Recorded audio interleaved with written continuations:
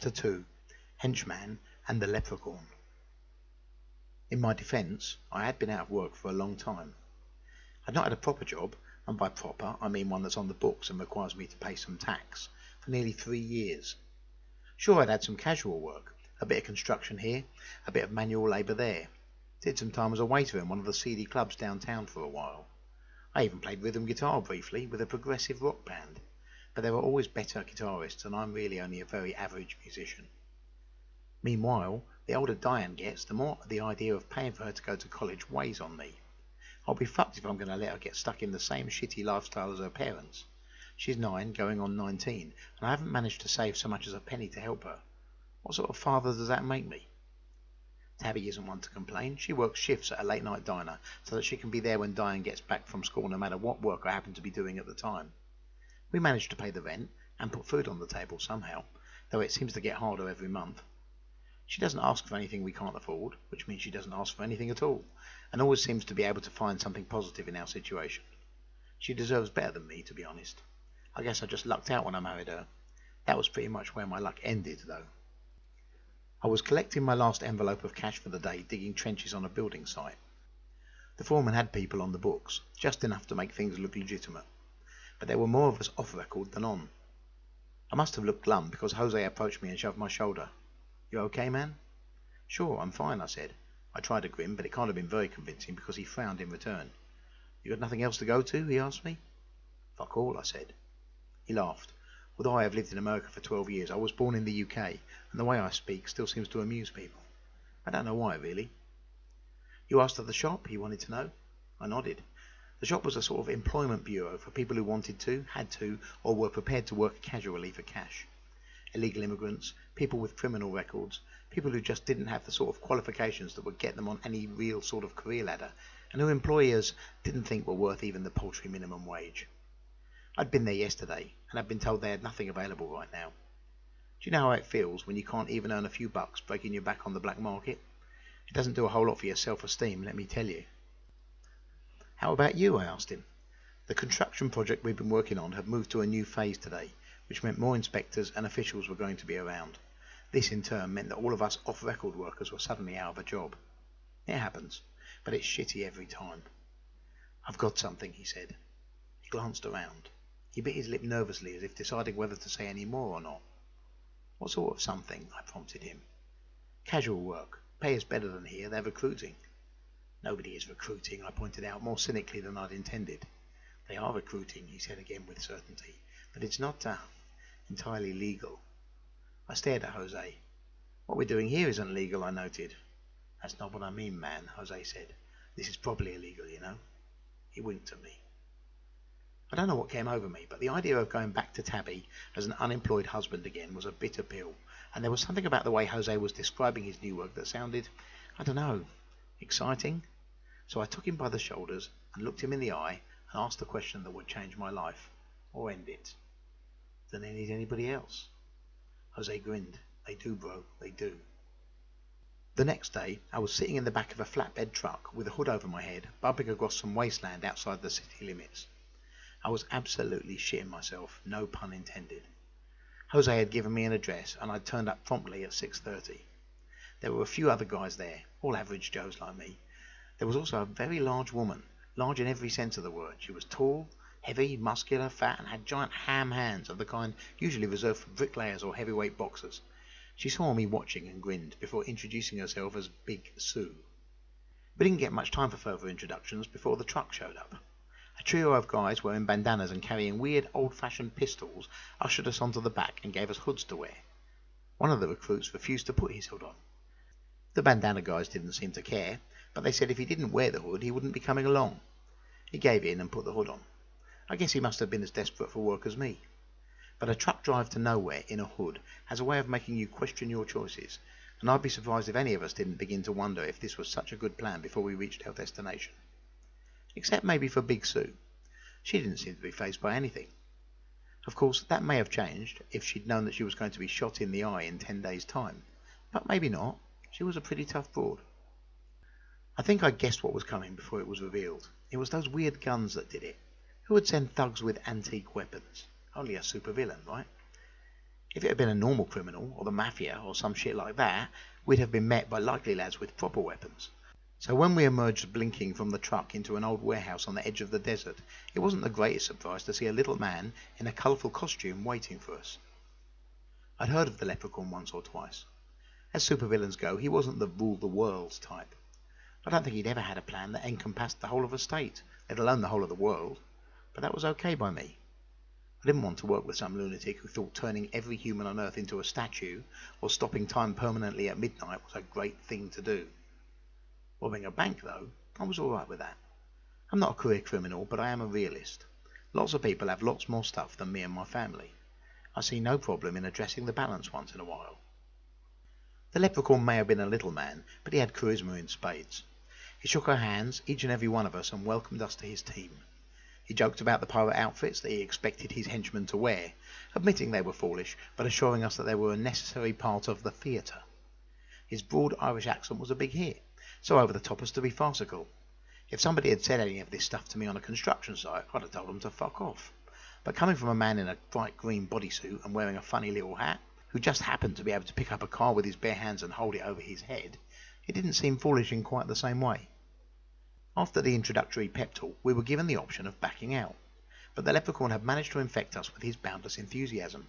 He handed out cold beers, tumbled around like an acrobat, amused us with witty banter, ensured us that we looked like a fine bunch of henchmen, an excellent crew of new recruits, quite possibly the finest team he'd ever assembled, to be sure. Within a couple of hours we were laughing and waving cutlasses in the air and looking forward to the fun work he had promised us. Nothing dangerous, the Leprechaun said. Nobody killed, just a few simple jobs and out. We were all offered a very respectable hourly rate, plus a cut of the proceeds of our crimes. It was the best offer I'd had in years. I'm sure I was not alone in that. It seemed too good to be true, which, of course, it was. The next 2 days were interesting. A couple of the new recruits were taken off to work on what the Leprechaun called below decks, one due to his technical knowledge to operate the computer system, and the other due to his experience as a journalist to work on the Leprechaun's blog.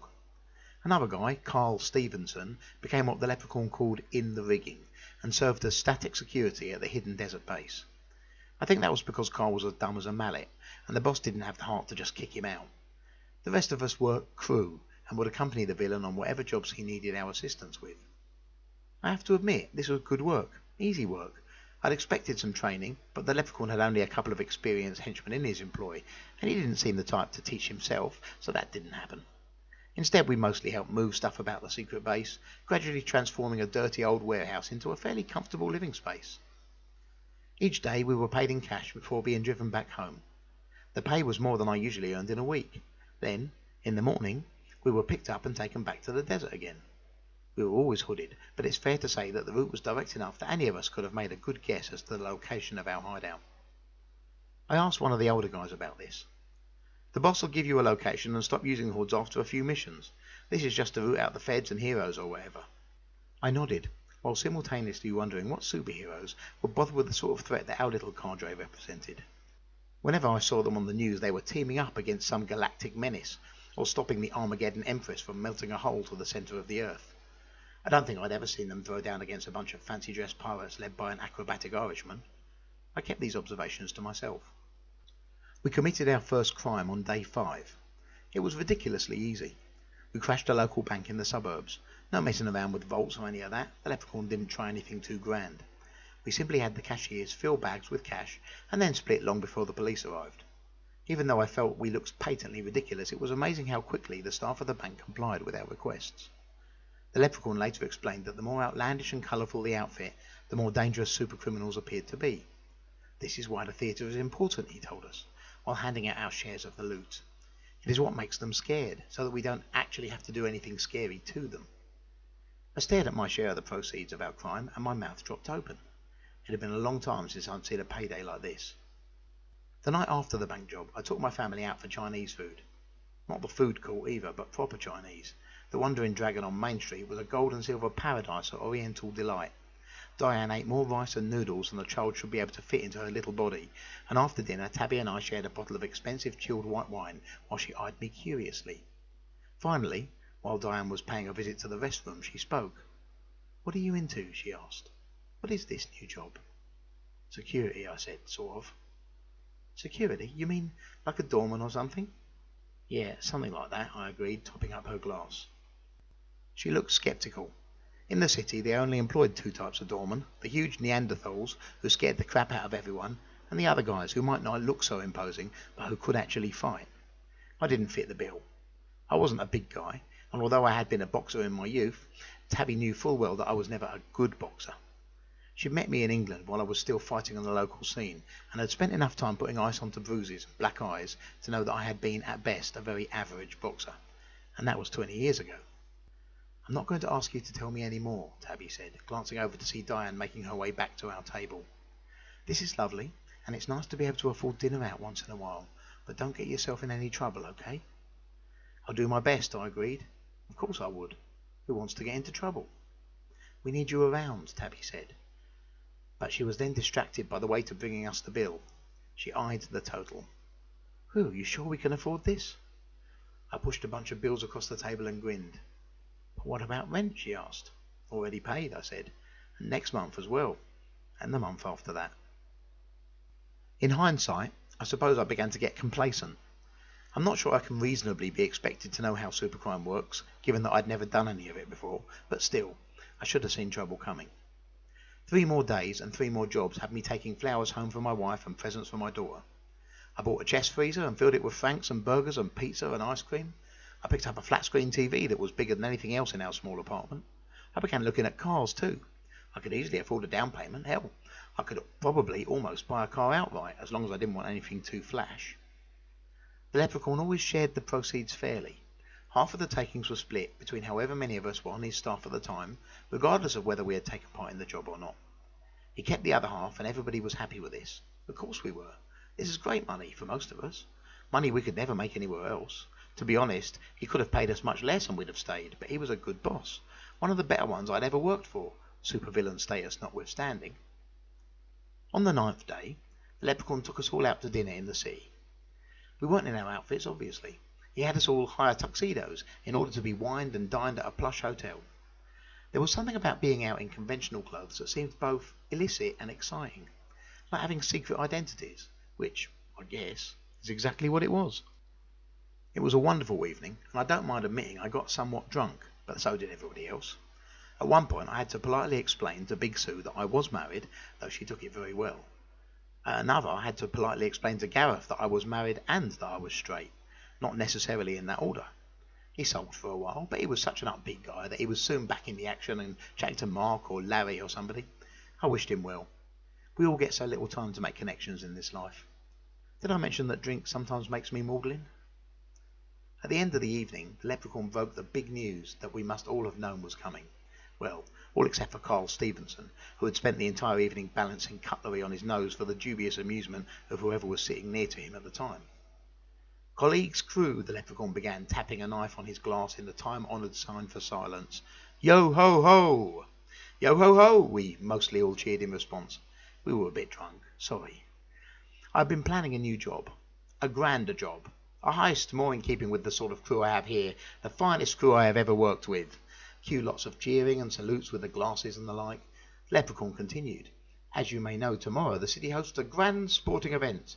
An event which will have the eyes of the nation upon it. An exciting date in the city's diary. Of course, we all knew. A couple of people cheered. I think they were expecting him to say that he'd scored us all tickets. I, on the other hand, had a nasty tingling in my stomach. I have planted small explosives around the stadium. Don't worry, they are mostly just for show. They cannot do any real harm, but they are convincing enough to create fear. I will interrupt the game at half-time, taking control of the screens around the stadium, and I will demand payment to avoid destruction. We had all fallen silent by then. This wasn't just bigger than what we'd been involved in so far. It was bigger by several increments. It was the sort of thing that would bring real heat down on us. The Leprechaun smiled. You don't need to worry, me hearties, he said, dropping from his usual faux Irish to a poor pirate accent. What have pirates got to do with leprechauns anyway? I heard somebody ask. I frowned. Good question. Your job will be to move amongst the crowd collecting bounty. Watches, purses, wallets, jewellery, phones, anything of value. We aren't demanding a ransom or something? Taylor asked. Too complex, the Leprechaun said. Too much can go wrong. It's not what we do. Keep it simple, he said. Scare them, take their stuff, get out. The same as before, but much, much bigger. You will each have 5 minutes to get as much as you can. Stick to the premium seats. Those people have better stuff and they can afford to lose it. A few of the guys nodded at this. It appealed to their sense of fair play. I had to wonder what fair play had to do with armed robbery, but now wasn't the time for philosophy. As ever, if you want out now, you can leave, the leprechaun said, but think carefully. This will be a big score. You'll all get your cut, and once you complete it, you'll be on my permanent payroll. No more hoods, partners to the end. What do you say? Shall we give it a try? Hoist the mainframe and shiver me timbers? Even as drunk as we were, there was a moment's hesitation. But only a moment. And then we were cheering and clapping each other on the back and laughing again. See what I mean? Complacent. I had no idea at the time how it all went wrong. Leprechaun arrived at half-time and declared the threat to the audience, who responded with the obligatory screaming and terror. A couple of security guys tried to tackle him and got bounced 30 feet for their efforts. Leprechaun was small but super tough. Then he gave us the signal to throw off our disguises and reveal our hiding places within the audience. It was like clockwork, and we were gathering a lot of booty. Then Leprechaun disappeared. We had no idea where he'd gone. He appeared to just vanish into the crowd. Without him there, nobody was in command, and 5 minutes of gathering valuables turned into 10, then into 15. We just kept waiting and expecting Leprechaun to turn up and confirm it was all in hand. None of us had emerged as an obvious leader, and before somebody, maybe Larry, maybe Big Sue, maybe even me, could grow a pair and take command, it all kicked off. The police arrived, and suddenly the crowd weren't terrified of us anymore, and the tide had turned. In the end, I did only 6 months. We got lucky. My bullet wound made a nice scar in my side, but passed through without doing any serious damage. A bunch of liberal do-gooders made a big deal about the excessive violence used against us and the poor lack of procedure while processing the few of us who survived. Frankly, I think we deserved everything we got, but I wasn't about to look a gift horse in the mouth. I was out in time for my family to still remember who I was, and thankfully they wanted me back, despite my record. Getting work now, though, was going to be near impossible.